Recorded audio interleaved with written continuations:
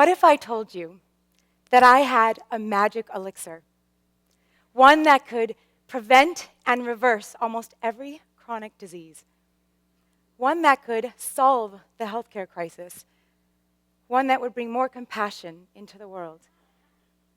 What if I explained that my elixir could help heal the planet's devastation, that it could save billions of animals a year and prevent their pain, that it could feed the hungry throughout the world, that it encourages peace, community, and benevolence? This potion, it's free of cost, and there's plenty for everyone. Would you believe me that it exists? Would you be shocked at its simplicity, mesmerized by its obviousness, eager to try it? Would you be frustrated that nobody had told you this information prior to now, like I myself was, when as a teenager, I randomly stumbled into this brilliant book by John Robbins called Diet for a New America, and it changed my life forever. Indeed, this elixir exists everywhere, and it is perhaps one of the sole commonalities we share amongst all the living on earth. It is readily available to most, and I know with confidence that it is the most potent possibility we have to save our future, that of our species, the planet, and life as we know it. Okay, granted that may seem a little hokey. I agree. At first glance, my proposal may seem implausible. But hear me out, and then decide. Eating a whole food, plant-based diet is this magic elixir, the secret ingredient to all these extraordinary outcomes. Sustaining yourself on vegetables, fruits, whole grains, legumes, nuts, and seeds can and will provide all the aforementioned benefits. You are what you eat at a cellular level, an immunological level, in a holistic sense. You are also connected to nature and other humans and even other species via the food you consume. You are what you eat refers to food once it has entered the body. So let's break it down at a cellular level. You are composed of approximately 10 to 50 trillion cells, give or take several trillion, most of which regenerate. A constant state of dynamism, flowing, moving, changing. Even the bones, we think of the bones as static and stagnant and hard, but even the bones are in a constant state of flux, exchanging, releasing, absorbing minerals. Okay, a caveat. The brain, heart, and kidneys do not, unfortunately, regenerate. But think of the possibilities if you are constantly reinventing most of yourself all of the time.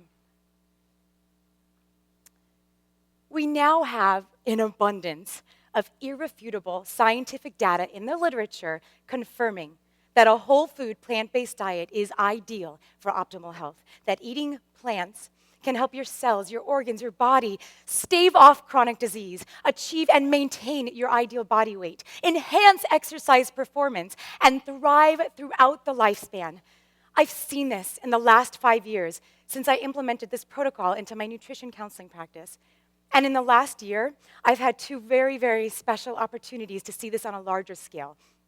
The first of which was last spring, when, as executive director of EarthSave International, we took 21 food bank clients that live in the middle of a food desert, and we put them on a whole food plant-based nutrition program. So, we taught them how to go shopping and how to prepare their food, even how to exercise, but all of it was in a very sustainable way. After 28 days, all the participants finished the challenge with enthusiasm, I might add, and on average, they lost 17 pounds, their total cholesterol dropped 18%, their LDL, their bad cholesterol, dropped 22%, blood pressure went from 138/83 to 129/77 without medications. In fact, we had an 84% reduction in total prescription medication use. There was an increased sense of energy, right? It's exciting, it's amazing. That doesn't happen every day. They had a decrease in chronic nonspecific complaints like abdominal discomfort, headaches, heartburn, constipation, diarrhea, migraines, joint pain. The results were astounding. My second opportunity was in October when I was invited to be on the Dr. Oz show. There, we took 3 women who who had high blood pressure and high cholesterol. So we put them on the prehistoric diet. They spent 2 days in a zoo eating raw fruits and vegetables. And then when they went home, I added back cooked vegetables, whole grains, legumes, nuts, and seeds. In only like 4 or 5 total days, they lost an average of 4 pounds. They reduced their LDL, the bad cholesterol, by 42 points. And all 3 of them had high blood pressure. It was normalized. 4 or 5 days. Yes, thank you. You are indeed what you eat, but you are also how you eat. Let's break that down in a logistical way. Okay, most people consume about 3 meals a day, give or take a snack or 2.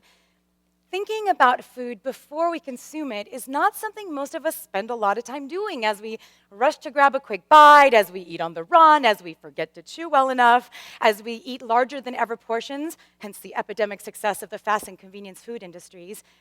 We tend to eat reactively, contemplating perhaps how delicious a meal was, or complaining of feeling full or having heartburn. Further down the line, you may end up with high blood pressure, gout, type 2 diabetes, all of which are food-borne illnesses. However, what if we ate proactively, conscious eating, intentional eating, thinking about everything that goes into the making of your food, all the way from the seed to the plate? If you plan your meals and relish your food as you prepare and consume it, you are eating proactively instead of reactively. I argue that eating a whole food plant-based diet is innately, inherently proactive, and that it is the most powerful tool we have to control so many variables: your health, the state of the planet, the suffering of animals, and on and on. And it's something we can do on average 3 times a day. Food is culture, tradition, history, love, family, nourishment, comfort, medicine. Essentially, food unifies mind, body, and spirit. I'm in the mood for, I feel like having, I want. But it is so much greater and grander than just the self. Food also unifies the earth, sun, water, with you. The seed is planted. The sun, the water, helps it grow. It ends up on your plate. You consume it. It goes through your gastrointestinal tract and into your bloodstream, where it becomes a part of you. And ultimately, it ends up back in the earth in a beautifully harmonious, symbiotic, and cyclical way. Food also unifies people. We enjoy meals together. We make business deals over food. We teach our children social norms and customs while feeding them. We celebrate holidays with festive foods. We unite cultures with cuisine. Breaking bread. This term, breaking bread, has many historical and even biblical connotations. But simply put, if you look it up in the dictionary, breaking bread is defined as eating together, dining together. Imagine breaking bread with every bite you consume, knowing the multiple levels and layers to which you are interconnecting simply with your fork. I challenge you all to consider not only what you eat, but also how you eat. To eat with intention, awareness, consciousness. Change your world and your interconnectivity with others by basing your diet on whole plant foods. Thank you. Thank you. Thank you.